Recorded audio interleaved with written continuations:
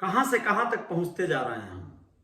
हमारी पीढ़ी, आने वाली अगली और पिछली तो खैर जहां थी, जहां से जहां तक आई है, इन सब का जब गुणनफल करेंगे ना तो आप सबको समझ में आ जाएगा कि जीवन किस तरह से चल रहा था और अब आने वाले वक्त में किस तरह से चलने की तैयारी में है। और हमें जो हमारे जीवन को या हमारे बच्चों के जीवन को, जिनके कंधों पे दारोमदार है, सही दिशा निर्देश देने की, सही आयाम देने की, सही आकार देने की, वो शिक्षक, वो गुरु क्या कर रहे हैं? सही में इंसाफ हो रहा है क्या?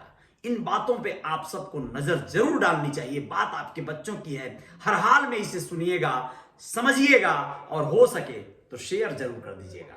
नमस्कार, अजय साहनी स्टार हूं, रियल रिपोर्टर न्यूज आपका पेज आपका स्वागत करता हूं और रियल रिपोर्टर न्यूज स्टार आपका यूट्यूब चैनल है, उस पर भी अभिनंदन करता हूं। दोस्तों, आप लोगों को नहीं लगता कि एक तरह का सुपर बाजार बनते जा रहे हैं हमारे विद्यालय? सुपर मार्केट क्या होता है? वैसे भी जो एक जगह पे बहुत सारी चीजें मिल जाती हैं, जैसे आपको एक दुकान में जाइए, आपको राशन मिल जाएगा, आपको तमाम ऐसी चीजें मिल जाएंगी, ग्रोसरी मिल जाएंगी, तमाम ऐसी क्रॉकरी मिल जाएंगी, प्लेटें, जग, मग, कप, बहुत सारी चीजें। यानी कई दुकानों पे नहीं जाना है, आपको आयरन मिल जाएगा, आपको ऐसी चीजें मिल जाएंगी, खेलने के लिए बच्चों को खिलौने मिल जाएंगे, बहुत सारे श्रृंगार के ऐसे मेकअप के सामान मिल जाएंगे, इमिटेशन ज्वेलरीज मिल जाएंगी, है ना? ऐसी दुकानें, सुपर मार्केट, बिग बाजार वगैरह जैसे कह लो। तो आपको नहीं लगता कि जिस तरह से कई मतलब एक दौर से, एक दशकों से एक दौर चला आ रहा है, उस दौर में क्या हो रहा है? हमारे जो विद्यालय जो थे, हमारे जो स्कूल थे, शिक्षा प्रणाली थी, वो किस तरह से मॉड्यूलर होती जा रही है, मॉडिफाई होती जा रही है दिन ब दिन। यानी कि विद्यालयों की पूरी जो आकार है, स्थितियां, परिस्थितियां वो बदली जा रही हैं, ढांचा बदला जा रहा है। लेकिन कहीं ऐसा तो नहीं कि सिर्फ बाहरी ढांचा बदलने के प्रयास में और होड़ में लगे हैं लोग, और भीतर जो चल रहा है वो बहुत कमजोर पड़ा हुआ पहलू है। ऐसा हो सकता है। इन सब चीजों पे आप सबको बड़ी बारीक और पैनी नजर भी रखनी चाहिए कि विद्यालय जो हमारे भी बहुत सारे ऐसे हमारे अंदर की जो भावनाओं को ना ये विद्यालय जगा दिए हैं या उकसाते हैं। वो बताते हैं आपको सामने टेबल पे बिठा के, पहले तो पेरेंट्स यानी कपल को बुलाएंगे, यानी आप अपने बच्चों के इंटरव्यू दिलवाने जब जाते हैं तो पहले आपका इंटरव्यू हो जाता है। वो आपकी माली स्थिति या हालात को जानने की कोशिश करते हैं, आप कौन सा जॉब करते हैं या बिजनेस करते हैं, आपकी स्थिति क्या है, आर्थिक स्थिति, इन सब विषयों पे बहुत ज्यादा फोकस्ड होते हैं। प्रबंधन की बात कर रहा हूं, बहुत से विद्यालय के संचालक गण जो है इन बातों से बड़ा खासा आहत हो सकते हैं। मैं सभी का सम्मान करता हूं। शिक्षा देने वाले लोग गुरु होते हैं और शिक्षण संस्थान चलाने वाले लोग बहुत पवित्र कार्य कर रहे हैं। लेकिन आज के तारीख में शिक्षा प्रणाली उद्यम बन चुका है, व्यवसाय बन चुका है, वो भी बड़ा वाला। हॉस्पिटल, विद्यालय, ये सब क्या है? अब आप लोग इस पर थोड़ा सा गौर फरमाएं। जब आप अपने बच्चों का दाखिला, पहले तो वो कवि कहता है ना कोई कि अब बच्चों को पहले जमा करवाने जाते थे स्कूलों में, जबरदस्ती तो ले जाना पड़ता था कंधे पे लाद के। हम लोग खुद उसमें देख रहे हैं, हम लोगों को जबरदस्ती ढकेल के विद्यालय भेजा गया था। हम लोग तो कभी जाना ही नहीं चाहे, मार मार के पीट पीट के भेजा गया और स्कूलों में भी जाके वही पिटाइयां हुई। अब ऐसा नहीं है। अब पिटाइयां पहले तो होने ही बहुत कानूनन जुर्म हो गए, क्योंकि ये जो शिक्षक गण हैं इन लोगों ने जुर्म ढा दिया। उन बच्चों पे जो बिल्कुल बिल्कुल पीटे जाने के लायक नहीं थे, उनको भी पीट पीट के मार डाला। अभी के न्यूज में मैंने सुना दिया, 2-3 घटनाओं को बता दिया था। अब आप लोगों को ये बताने जा रहा हूं कि ये विद्यालय, ये शिक्षण संस्थान पूरा का पूरा सुपर मार्केट बनते जा रहे हैं। आप इन्हीं से स्कूल की सारी कॉपी और किताब खरीदिए, मोनोपोली बन गई है। हमारी लोगो लगी हुई बुक पढ़ेंगे बच्चे।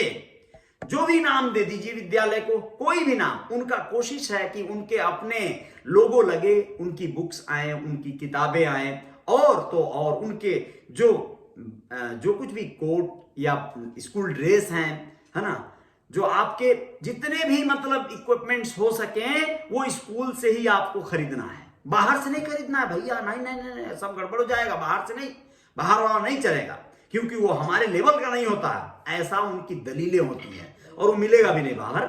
वो उनके अपने सेट दुकानों पे ही मिलेंगी, वो एक लिमिटेड दुकानों पे मिलेंगी।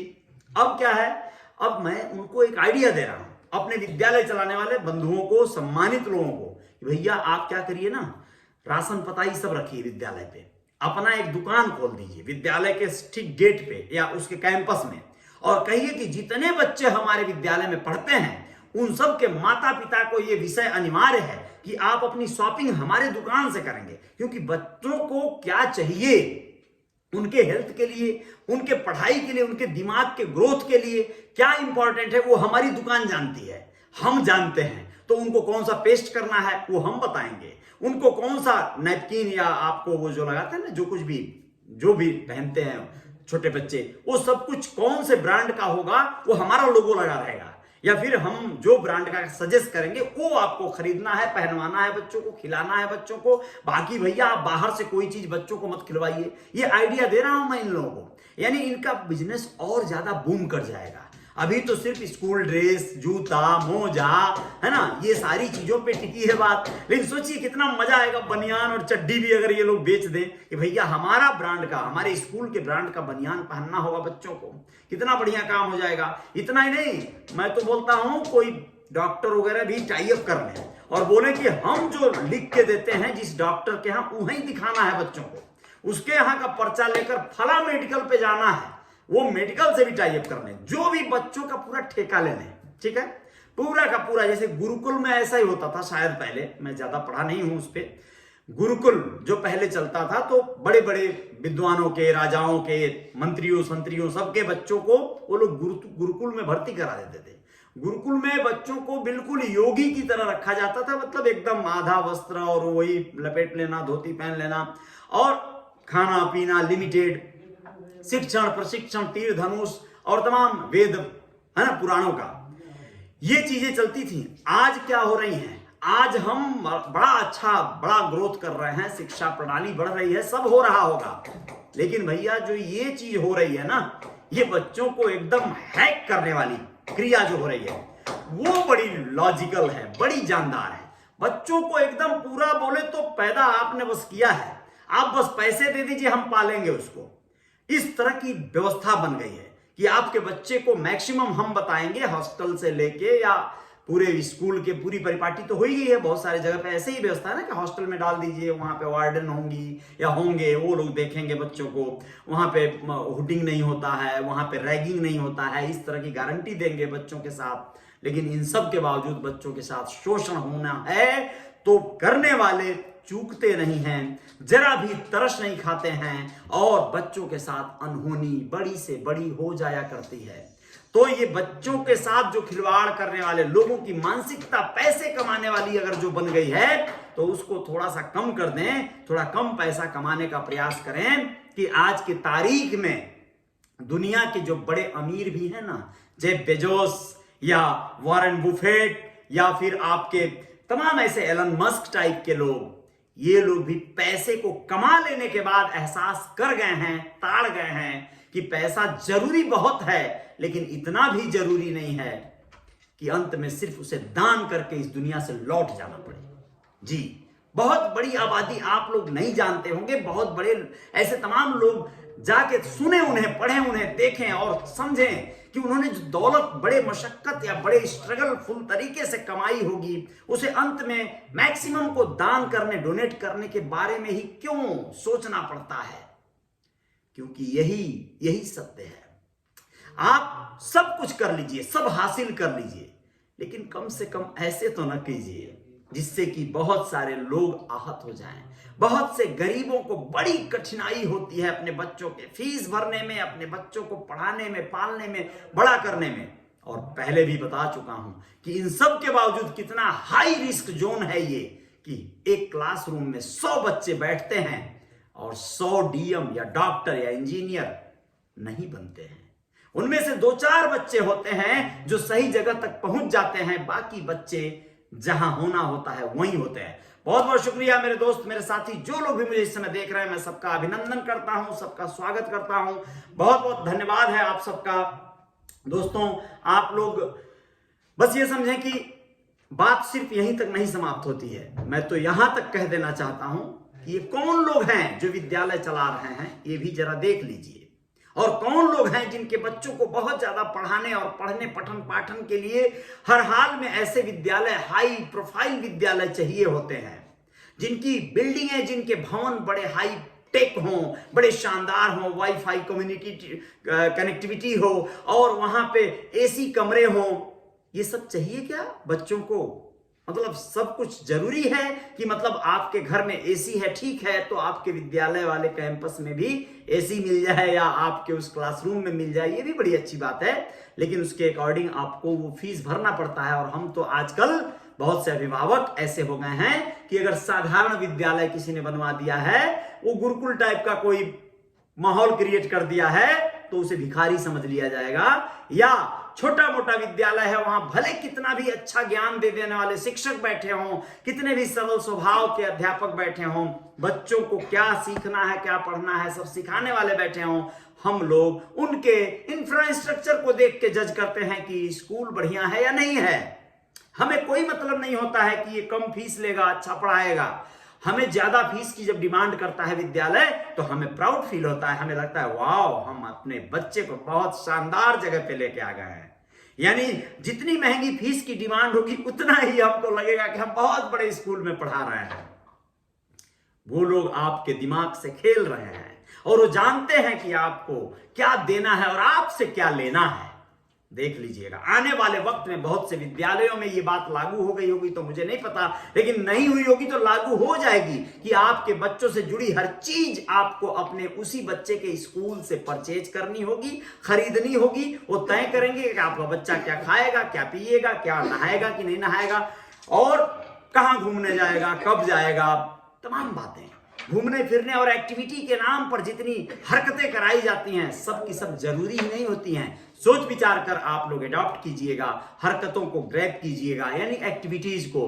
क्या जरूरी है आपके बच्चे के फिजिकल या मोरल मतलब बनावट के अकॉर्डिंग, यानी उसे क्या इंपॉर्टेंसी देनी है। कई बार ऐसा होगा, पता चला बच्चा आपका एक्टिविटी के लिए पूरे ग्रुप के साथ गया कहीं पर, अभी हाल फिलहाल में आप लोगों को जानकारी होगी, बहुत बड़ा हादसा हुआ था लोनावला, मुंबई महाराष्ट्र की बात कर रहा हूं। मुंबई से मात्र 150 किलोमीटर दूरी पर पहाड़ी के रास्ते, वो रास्ते हैं, वो कसारा घाट और लोनावला की वो घाटियां, वहां से एक बस टूर करा के बच्चों को पिकनिक करा के लौट रही थी और वो एक जो है बड़े हादसे का शिकार हो गई। 50 से 60 बच्चे उस बस में थे, जिनमें से 2 ऑन द स्पॉट डेथ कर गए। बाकी उसमें से 3500 बच्चों की, किसी की पसलियां टूट गई थी, किसी का सर फट गया था, तमाम इस तरह की बड़ी दुर्घटना हो गई थी। सोच कर देखिए, और भी बड़ी हो सकती थी। ये इत्तेफाक था, उसमें एक टीचर भी शायद डेथ कर गई थी। तो कुल मिला जुलाकर दोस्तों, बस मैं यही कहना चाहूंगा कि बहुत सी एक्टिविटीज है, बहुत से, इस समय ठंड का मौसम चल रहा है, बच्चों को केयर करना है, बच्चों का ख्याल रखना है, कौन सी एक्टिविटीज में किस समय शामिल होना है, ये सब कुछ स्कूल तय करने लगते हैं। कई बार तो अनिवार्य कर दिया जाता है। स्कूलों को सख्त हिदायत होनी चाहिए। बहुत सारी चीजें हैं जो अनिवार्य नहीं करनी होंगी, चाहे भले वो बच्चा बहुत ज्यादा अच्छा फीडबैक लाए या न लाए। बहुत बहुत धन्यवाद आपका जूना खंडाला लोनावला पूना जी उमेश, बहुत बहुत धन्यवाद आपका शेषनाथ जी। जीवन का सबसे महत्वपूर्ण शिक्षा है सानी जी धन्यवाद शेषनाथ जी। आप टीचर हैं शायद, या आप हैं कि कौन है, मतलब शायद कोई तो है, तो इसलिए आप कह रहे हैं सबसे महत्वपूर्ण शिक्षा है। लेकिन शिक्षा सबसे सही तरीके से मिले तो ना। कई एक शिक्षक जो है वो अलग ही रोल में आ जा रहे हैं ना बच्चों के साथ, मार पिटाई से लेके लव रोमांस सब हो रहा है ना बच्चों के साथ। ऐसे टीचर भी हैं जो फटीचर की श्रेणी में आते हैं, तो वो लोग अगर मिल जाएंगे तो क्या होगा बच्चों के साथ, वो बताना बहुत जरूरी है। शिक्षा बहुत महत्वपूर्ण है, उसके बगैर तो जीवन अंधकार में है, मैं ये समझ सकता हूँ। लेकिन सही शिक्षा ना, गलत शिक्षा नहीं, और सही शिक्षण संस्थान, सही शिक्षक, ये भी इंपॉर्टेंट है। मनीष कुमार बहुत बहुत धन्यवाद, नमस्कार, बहुत बहुत धन्यवाद आपका। सभी मित्रों का धन्यवाद और सभी की जय जयकार। पढ़ाई सही से होता नहीं है और पैसा 12 महीना का लेता है, यह सबसे बड़ा बिजनेस है। बिल्कुल बिल्कुल 12 महीने के देने पड़ेंगे भाई, वाह क्या बात है। रोहित कुमार साहनी धन्यवाद आपका। सबसे बड़ा बिजनेस है स्कूल भैया जी, और एक और है हॉस्पिटल, उसके बारे में किसी और दिन बात करेंगे। हॉस्पिटल कौन लोग चलाते हैं और कौन लोग बीमार पड़ते हैं, इन सारे विषयों पे बात करेंगे। बहुत बहुत अच्छा लगा, धन्यवाद आपका सिकंदर जी। भैया शिक्षा का स्तर गिरता जा रहा है जी, बिल्कुल गिरता जा रहा है, रियल हीरो आप, धन्यवाद उमेश, बहुत बहुत शुक्रिया। ऋषभ बहुत बहुत धन्यवाद, गुड नाइट, थैंक यू, बहुत बहुत शुक्रिया सभी मित्रों का। सुनील जी जय जयकार, बहुत बहुत धन्यवाद, जय जयकार तो जारी रहेगी। ब्रजेश बिंद, बड़े भाई को छोटे भाई का प्रणाम, नमस्कार भाई, बहुत बहुत धन्यवाद सभी का, बहुत बहुत धन्यवाद, सभी का अभिनंदन, सभी का आभार, और जय जयकार जारी रहेगी। आप लोग अपना ख्याल रखिएगा। बहुत ही अहम मुद्दे पर बात की है आपने आज, बहुत बहुत धन्यवाद। निषाद राज धीरेन्द्र जी, बहुत बहुत शुक्रिया आपका। डेंजर घाट है लोनावाला का जी, उमेश कह रहे हैं डेंजर घाट है जी। मनीष जी बहुत बहुत शुक्रिया, नमस्कार, और सभी मित्रों का धन्यवाद। और ये मुद्दा बहुत इंपॉर्टेंट है, इन सब विषयों पे आप लोग फोकस जरूर करिएगा। विद्यालय के सिर्फ इंफ्रास्ट्रक्चर को देखकर हैवी फीस भरकर गर्वान्वित होने की जरूरत नहीं है। छोटे विद्यालय होंगे, छोटी एक्टिविटीज शायद होगी, शिक्षा अगर अच्छी मिल रही है, पता करिए, बहुत जरूरी है। कई चीजों पे जांच परख करके ही बच्चों को आप मतलब दाखिला करवाइए, यानी जमा करवाइए तो अच्छा रहेगा। चलिए बहुत बहुत शुक्रिया आप सभी का, और जय जयकार जारी रहेगी, और बातों के साथ आएंगे कल। बहुत बहुत धन्यवाद, शुभ रात्रि, जय हिंद, जय भारत।